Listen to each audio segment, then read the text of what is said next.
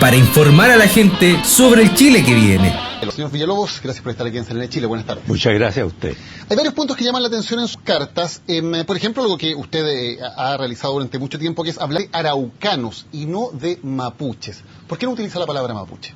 Mire, porque araucanos es un nombre tradicional que se ha empleado permanentemente en nuestro país y así estaba en los textos escolares, etcétera, etcétera. Pero a raíz del quinto centenario del descubrimiento de América vino una reacción indigenista en todo el continente y comenzó a valorizarse a los pueblos autóctonos de manera especial. Y surgió una posición política, populista, de llamar a estos araucanos como mapuches. Si los mapuches se llaman a sí mismos de esa manera, no se llaman así. ¿Por qué no se debería aceptar ese término? A ver, tradicionalmente no se llamaban así. Ellos nunca usaron el nombre de mapuches. Eran reches. Esto lo han comprobado investigaciones de antropólogos como Mario Orellana y otros, de modo que predominó siempre el de araucanos. Y ahora, por razones políticas y de lucha, ¿no?, se ha adoptado esto de mapuche. El hecho de usar el nombre araucano, que es un nombre que fue impuesto por conquistadores, que fue un nombre dado por los españoles, ¿no es una cierta provocación? No.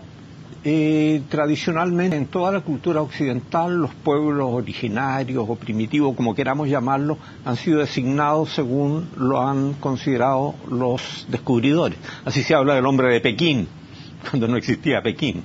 Se habla del hombre de Neandertal, ¿no?, que es una región alemana. Se habla en Chile, qué sé yo, la cultura de San Pedro de Atacama, ¿no? Y nadie se ha ofendido, ni significa nada, ni es menosprecio. Usted hablaba del quinto centenario del descubrimiento de América, ahora habla nuevamente de los descubridores. ¿Por qué habla de descubridores en un territorio que evidentemente ya estaba habitado y hace mucho tiempo por humanos? Bueno, es una visión de la cultura cristiana occidental, europea, ¿no?, que va descubriendo tierras en África, en el Asia, en América. Es un poco un abuso, en verdad, porque había población. Pero, ¿por qué usa usted ese término? ¿Le parece correcto? Está consagrado por el uso. Ok. En su primera carta, que es la que inicia este intercambio epistolar con el intendente de la Araucanía, dice usted algunas cosas como las siguientes. Los araucanos poseían vastas extensiones de tierra y utilizaban cortos espacios junto a las rucas. Para la nación chilena era un desperdicio que debía ser superado. A juicio del intendente, dice que esto es un juicio racista, decir que los mapuches y sus tierras eran un desperdicio.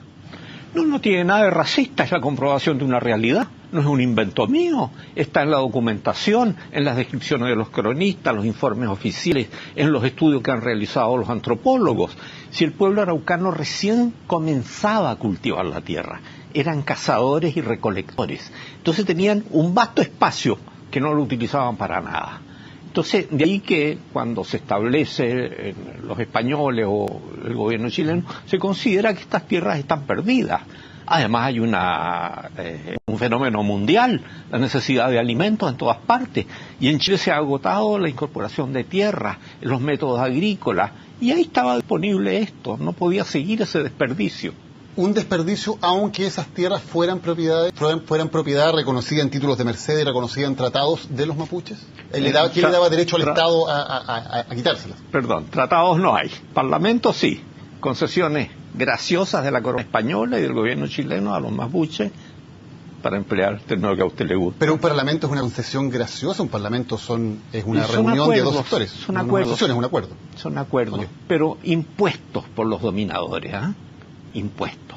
Detrás estaba el poder de las armas. Pero en fin, ¿quién le daba derecho al Estado chileno a disponer de esas tierras? La necesidad de alimentar a toda la población chilena, ¿ah? Y eso beneficiaba a todo el pueblo chileno, no solamente a la aristocracia, como dice el señor Buenchumilla, que es un muy mal conocedor de la historia, incluso mal conocedor de su región y de la cultura de su región, ¿no? Pero es un fenómeno mundial este. Por lo tanto, siguiendo esta misma lógica, por ejemplo, la reforma agraria, por ejemplo, si hay un territorio que está no completamente bien utilizado, también en ese caso es correcto que el Estado la expropie. Bueno, no sé cuántas reformas agrarias ha habido a lo largo de la historia. La última en Chile la conocemos muy bien, ¿no? Pero es evidente que se desea explotar bien la tierra, y eso de alguna manera justifica algunas acciones, no la violencia ni el despojo arbitrario de la tierra, pero algunas acciones. ¿Los mapuches no fueron despojados arbitrariamente mediante las violencias de sus tierras? En parte sí, y en parte no. ¿Usted sabe que ellos vendieron tierras? En toda la región del Biobío, antes de que se incorporara oficialmente, vendían tierras. El conservador de raíces de nacimiento está lleno de contratos entre araucanos y chilenos con compra-venta de tierras. Y así se hizo la incorporación. En parte se los despojaron, estoy de acuerdo. Hay violencia también, no lo niego. Pero también hay un consentimiento de ellos. ¿Y ese despojo y esa violencia es justificable? No es tan grave como usted cree, ¿no? La parte que hay, digamos, de violencia y de arbitrariedad, claro, no es justificable. Pero no toda la tierra fue tratada de esa manera. El Estado reservó tierras, pero grandes extensiones de tierra para los araucanos. Y ahí se constituyeron las comunidades que han existido hasta tiempos muy recientes. Pero, señor Villalobos, quitar extensiones de tierras que les pertenecían a ellos y decir que el Estado les reservó una pequeña porción es despojarlos de la mayor parte de su tierra. No, sino pequeña la porción, fue muy grande.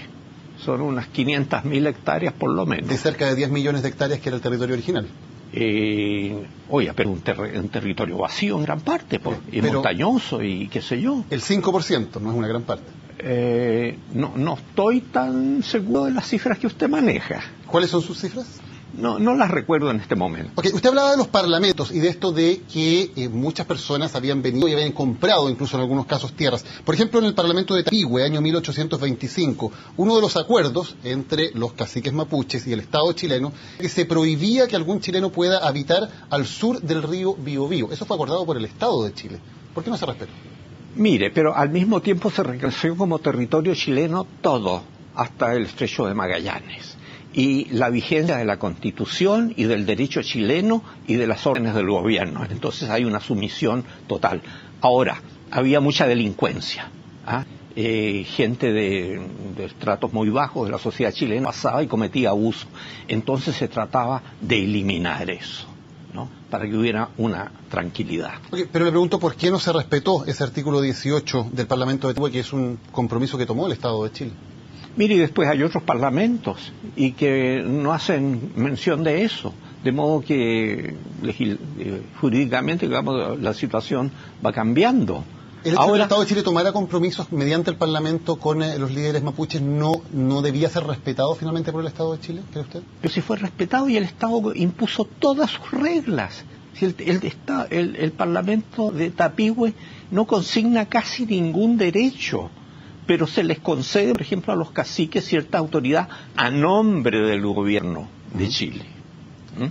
Pero le estoy citando un artículo específico, el 18, que no se cumplió, que es un artículo textual, prohíbe que algún chileno pueda habitar al sur del río Biobío por constituir un peligro público para la tranquilidad y un evidente peligro para la paz.